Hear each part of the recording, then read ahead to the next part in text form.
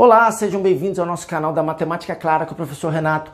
Nesse vídeo nós vamos lançar uma luz sobre os máximos ou mínimos de uma função matemática, que é quando eu estou analisando todos os resultados possíveis de uma função matemática e eu consigo identificar que há um valor limite máximo ou um valor limite mínimo, dependendo da função matemática, entre todos os resultados possíveis desta função matemática. Este aqui é o quinto tema da nossa série sobre gráficos, onde eu espero que no final você construa gráficos e interprete gráficos, porque é a melhor forma de conhecer toda a vida de uma função matemática. Se você quer clarear suas ideias sobre os máximos e mínimos de função, não deixe de assistir esse vídeo e acompanhar toda a nossa série sobre gráficos. Roda a vinheta!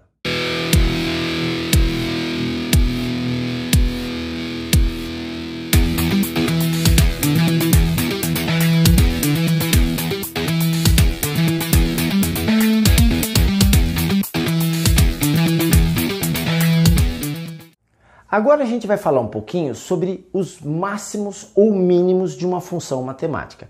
Então a gente está vendo que a gente está estudando os resultados possíveis que uma determinada função matemática pode me gerar, a partir do momento que eu coloco diferentes valores de x.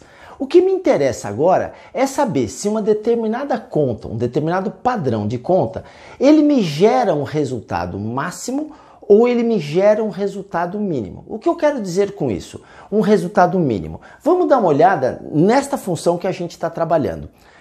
A gente viu que conforme eu for colocando valores de x, vai me dando um certo resultado de y. Conforme eu fui avançando com os valores de x, foi me diminuindo o resultado de y. Até o momento em que eu cheguei em x2. Quando eu joguei 2 aqui nesta função, o resultado foi menos 25. Então, quando eu vim caminhando com os valores de x, o resultado da função veio diminuindo, porque cada ponto me levou a um resultado de y. Então, ela veio diminuindo o seu resultado. Até que para x valendo 2, deu menos 25. A partir do x valendo 2, 2,1, 3, 3,2, 4 e assim por diante, o que aconteceu com essa conta? Os resultados começaram a dar resultados maiores. De menos 25, voltou para menos 24, para menos 23, para menos 10, para menos 9, para 0, 1, 5, 10 e assim por diante. Repare, os valores vieram diminuindo conforme x foi andando até chegar num valor mínimo. Ou seja, para esta função matemática, eu posso afirmar que não interessa qual o valor de x que você joga aí. Você nunca vai obter um resultado menor do que menos 25, porque o gráfico está me mostrando isso. Toda vez que o gráfico fizer uma curva, na ponta desta curva, que a gente vai chamar de vértice, ou a gente vai chamar de extremo, e neste caso, o nosso vértice, eu tenho um x do vértice, que vai ser o número 2, me levando a um resultado de conta, um valor da função, que eu vou chamar de um y do vértice, que será o menos 25. Para esse valor de x, este resultado é o mínimo possível da função matemática. Este é o resultado para x valendo 2, mas ele é o menor resultado da função matemática. Portanto, este ponto aqui eu chamo de um ponto de mínimo da função matemática, porque é o menor valor que pode ser obtido por esta conta. Não importa quais são os valores de x, porque eu estou vendo pelo gráfico que conforme o x cresce, os valores vão me dando maiores, conforme o x decresce, os valores vão me dando maiores, e que apenas para este número ele vai atingir este resultado aqui. Dependendo do formato do gráfico, você vai ter pontos de mínimos ou pontos de máximos. Há funções, vamos ver o que acontece em algumas dessas situações aqui. Repare só, esta função aqui é diferente do gráfico que a gente está trabalhando.